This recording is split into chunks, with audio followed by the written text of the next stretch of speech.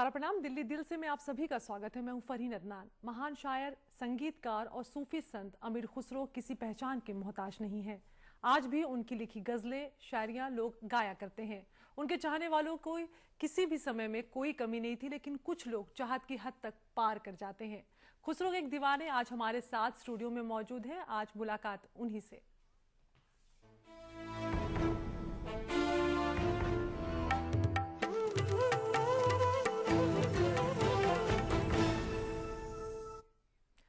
कभी कभी छोटी छोटी जो घटनाएं होती हैं वो जिंदगी को नया मोड़ और नया अर्थ दे देती हैं। ऐसा ही कुछ हुआ एक शख्स के साथ जो अमीर खुसरो का इस कदर दीवाना हुआ कि अपना नाम तक बदल दिया। अमीर खुसरो 13वीं शताब्दी के महान फारसी शायर और संगीतकार। दिल्ली सल्तनत के 7 सुल्तानों के राजकवि रहे खुसरो ने भारतीय समाज और संस्कृति में असीम योगदान दिया है। सूफी संत निजामुद्दीन औलिया के शागिर्द अमीर खुसरो न केवल फारसी में लिखते थे, बल्कि उन्होंने हिंदी में भी शायरी की। खुसरो को 90 किताबें लिखने का श्रेय है, हालांकि उनमें से सिर्फ 25 ही मौजूद हैं। खुसरो की महान शख्सियत से आने वाली पीढ़ी प्रभावित होती रही है। उनकी रचनाओं को लोग पढ़ते रहे हैं, संगीतबद्ध करते रहे हैं। उनकी शायरियों में इतनी कशिश है कि जो एक बार पढ़ता है उनका मुरीद हो जाता है। मौजूदा समय में अमीर खुसरो का एक ऐसा दीवाना है जिसने उनकी न केवल 200 पुस्तकें, नायाब पेंटिंग्स जमा करके रखी हैं, बल्कि दीवानगी की हद पार करते हुए अपने नाम के आगे खुसरो शब्द जोड़ लिया है और अब जुटे हैं खुसरो की शिक्षा को जन जन तक पहुंचाने में। बड़े दुख की बात यह है कि इन 25 फारसी की किताबों में से आज तक एक भी फारसी किताब का हिंदी में अनुवाद नहीं छपा, किसी ने अनुवाद नहीं किया। तो ये काम मैं करवा रहा हूँ। एटा उत्तर प्रदेश में जन्मे अमीर खुसरो ने भारतीय संगीत को बहुत कुछ दिया है। उन्हें कव्वाली का जनक तो कहा ही जाता है, साथ ही गजल, रुबाई, तराना, ख्याल भी उन्होंने दिए हैं। इसके अलावा उन्होंने सितार और तबला का आविष्कार भी किया है। प्रदीप शर्मा को खुसरो से जुड़े तमाम डिटेल्स मुंह जबानी याद हैं। 1996 में एक छोटी सी घटना ने उन्हें अमीर खुसरो का मुरीद बना दिया। संगीत के शौकीन प्रदीप शर्मा को खुसरो के समर्पित 1975 में रिलीज HMV का एक रिकॉर्ड क्या मिला, उनकी तकदीर ही बदल गई। खुसरो को लेकर उनका जुनून, उनकी दीवानगी की दाद तमाम लोग देते हैं। मैं तो सलूट करना चाहूँगा, क्योंकि मैं खुद जो है, हम सब नौजवान हैं, प्रदीप भी नौजवान है, और मैंने अपनी उम्र में मेरे ख्याल से मैंने कभी ऐसी शख्सियत को देखा नहीं है। इतना जुनून है, इतनी दीवानगी है, जो हमारे मुल्क की तहजीब है, मुश्तरका तहजीब, जो हिंदुओं को, मुसलमानों को जो है, और जितने भी तमाम मज़ाहिब हैं, जिसको एक प्लेटफॉर्म पर ले आती है। प्रदीप ने जो है उसमें बहुत गजब का काम किया है। हज़रत अमीर खुसरो की बेसिक लाइफ का जो ताल्लुक है वो international brotherhood, international humanity, international human beings के लिए जो काम किया है, हाँ, इस ज़माने में उस उस मिशन की, हज़रत अमीर खुसरो के मिशन की काम करने की ज़रूरत है। और ये शर्मा साहब, जो प्रदीप शर्मा साहब जो काम कर रहे हैं, मैं तो यही चाहूँगा कि इसको और फ़रोग मिले। किसी ऐतिहासिक शख्सियत की यादों को समेटना आसान नहीं। प्रदीप शर्मा ने तमाम दिक्कतें सहते हुए अमीर खुसरो के प्रति अपने को पूरी तरह समर्पित कर दिया है।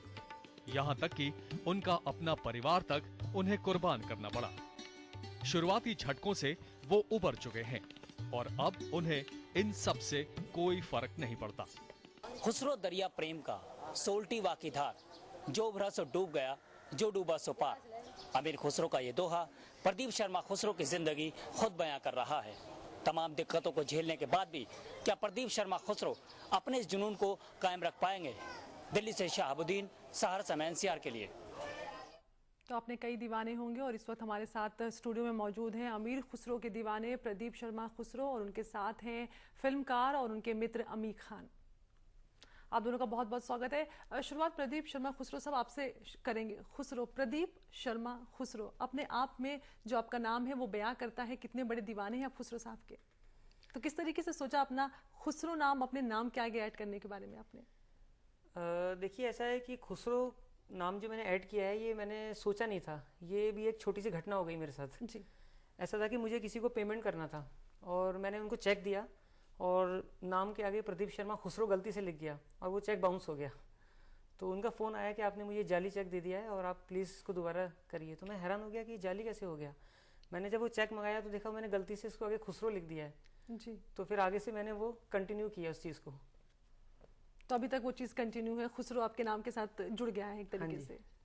आपसे आना चाहेंगे प्रदीप जी, शुरुआत कैसे हुई? 1996 का एक इंसिडेंट हुआ जिसने आपकी ज़िंदगी बदल दी। आप अमीर खुसरो के इतने बड़े दीवाने हो गए कि अपने नाम के आगे आपने उनका नाम जोड़ लिया और कई सारी चीज़ें आपने इंटरेस्ट के तौर पे उनकी संग्रह भी की है। जानना चाहेंगे शुरुआत कैसे हुई पूरी?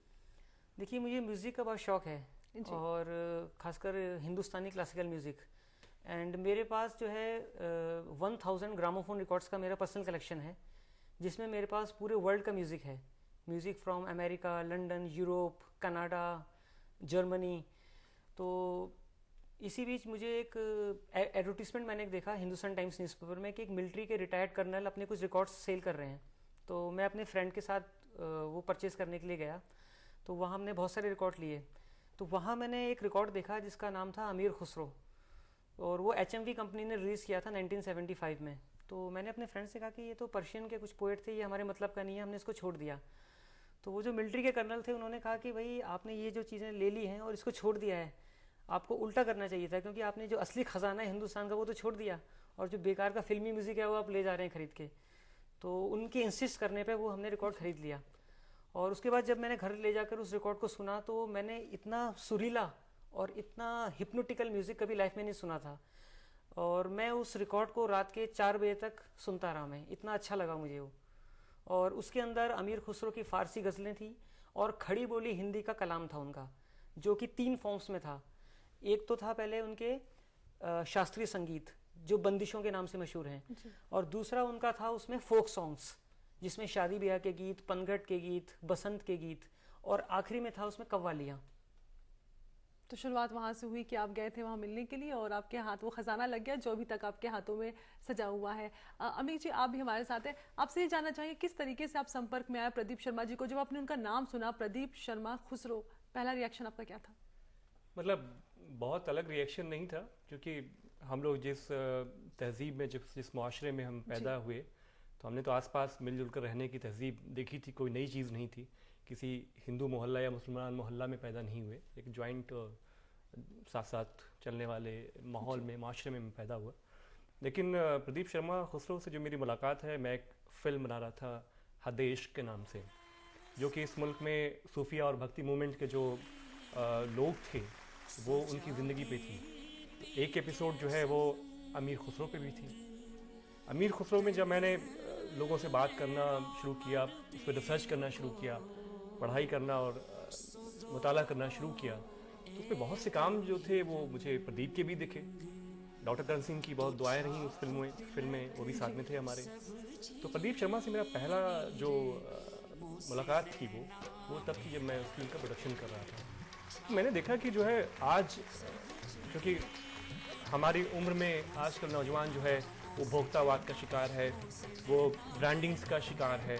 वो उसमें ये कौन से साहब हैं साहब जो फाउंडेशन को मजबूत करने में लगे हुए हैं, जिसको डर है जो हमारे मुल्क का ट्रेडिशन है वो कमज़ोर पड़ रहा है। दोनों कौमों में कुछ लोग हैं जो नहीं चाहते हैं कि देश मिलजुल कर चले। तो ये इंसिडेंट था, ये वो पूरी कैफियत थी।